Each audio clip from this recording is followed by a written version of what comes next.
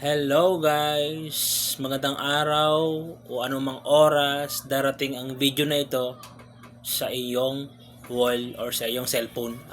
Paalala ko lang, may nag-text kasi sa akin 2 beses. Guys, paalala lang, wag nyong pindutin yung nasa ilalim. Yung parang may link sa ilalim sa panghuling mensahe. Kasi pag pinindot mo yan, automatic mabubuksan yung GCash mo.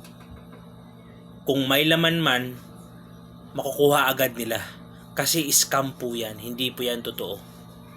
Kaya pagka may nagte-text sa inyo ganyan, huwag nyong pindutin yan para dumiretso sa GCash nyo. Doon kayo sa apps nyo sa GCash, tingnan nyo doon. Doon kayo mag-open kung merong nga talagang dumating. Kasi may mga kasama na ako sa trabaho na nabiktima niyan. Kaya paalala ko lang, wala pong instant money galing kay GCash na sinasabing may sinend sa'yo, ganyan kalaki. Wala pong ganun. Kaya sana nakatulong ang video na ito. Thank you.